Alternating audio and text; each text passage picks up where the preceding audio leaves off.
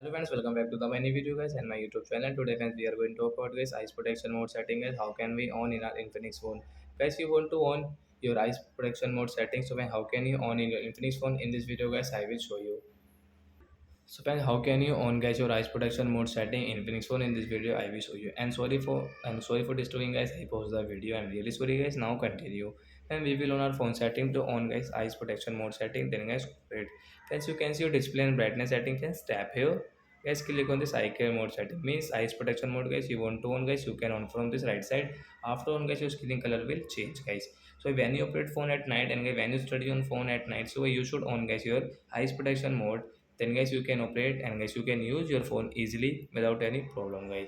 So like that guys, you can on your eyes protection mode setting in our Infinix phone. So that's it guys, thanks for watching the video guys. We will meet on next video guys with new topic. Before going guys, please go and like the video, subscribe the channel. Bye bye friends guys.